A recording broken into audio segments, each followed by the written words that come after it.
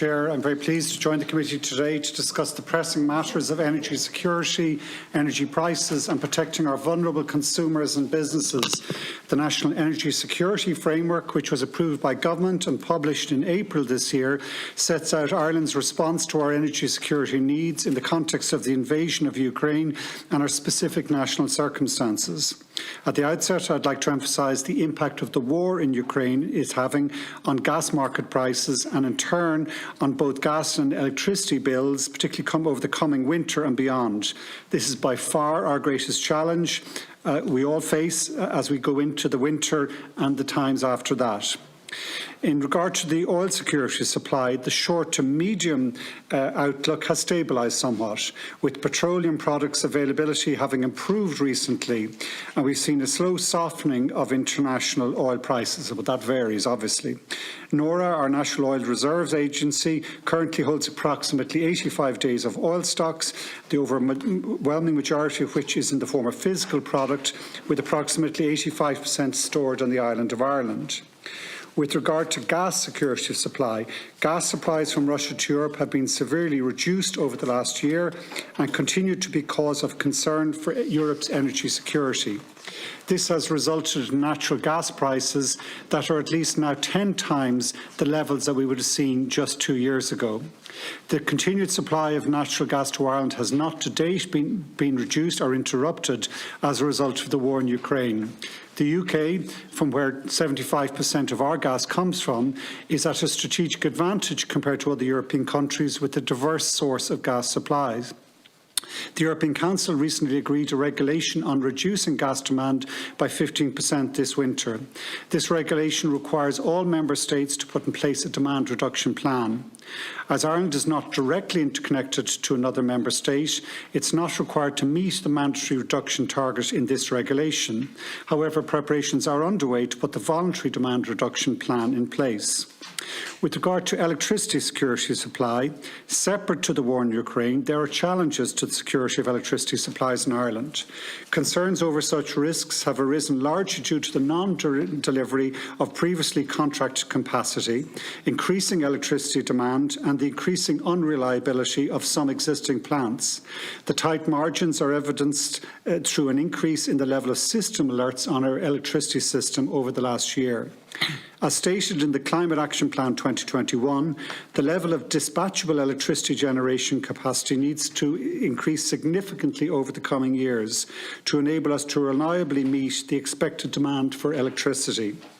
The Commission for the Regulation of Utilities is managing a programme of work which was initiated in April 2021 and finalised in September 2021 to address this challenge with the support of EirGrid and my department. In June, the Government has enacted legislation and approved capital funding to support EirGrid's role in expediting the delivery of temporary generation capacity. I also informed the Oireachtas in June that the Government has approved my recommendation to consider the factors that have led to the current situation. To that end, Mr Dermot McCarthy, former Secretary-General to the Government and the Department of Taoiseach, has been engaged to conduct an independent review as to how the present situation has arisen. Further, I welcome that the crew are reviewing the capacity remuneration mechanism to make sure that it is fit for purpose. In carrying out this review, it's vital that we support the projects who have been awarded contracts under the existing mechanisms and the planned capacity auctions proceed.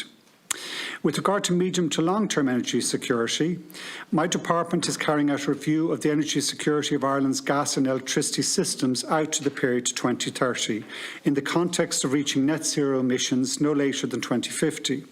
This review considers potential risks to both our natural gas and electricity supplies and examines a range of measures to mitigate these risks. My department has received the final technical analysis to inform the review, and I expect a consultation to launch in the coming weeks.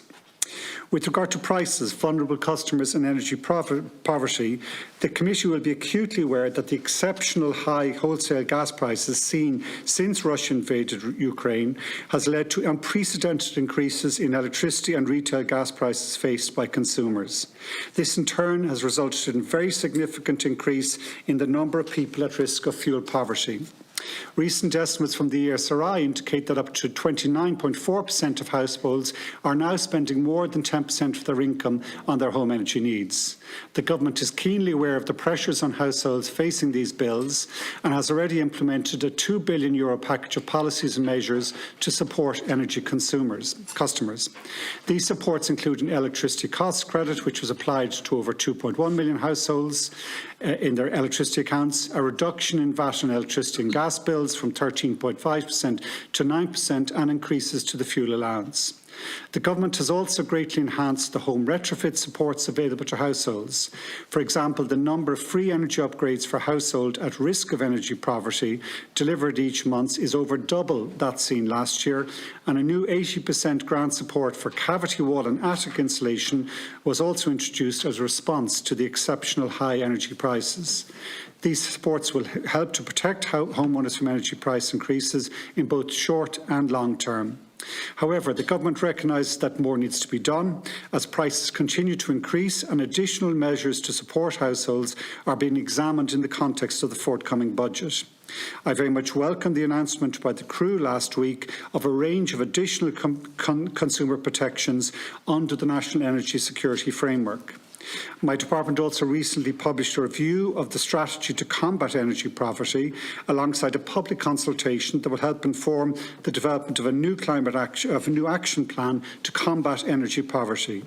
The new action plan will set out a range of measures to be implemented ahead of the coming winter, as well as key long-term measures to ensure that those least able to afford increased energy costs are supported and protected. It's intended that the new plan will be published shortly after the budget. The development and implementation of the new action plan is being overseen by a cross-departmental steering group chaired by my department. Finally, the biggest energy challenge facing Ireland and Europe at this moment in time is the massively escalating price of natural gas and its effect on gas and electricity bills as we head into the winter. We are not alone in facing this challenge, and we continue to work very closely with the European Commission and the European Council, which is sitting in emergency session next week, so that we can frame our response in that European way. Thank you.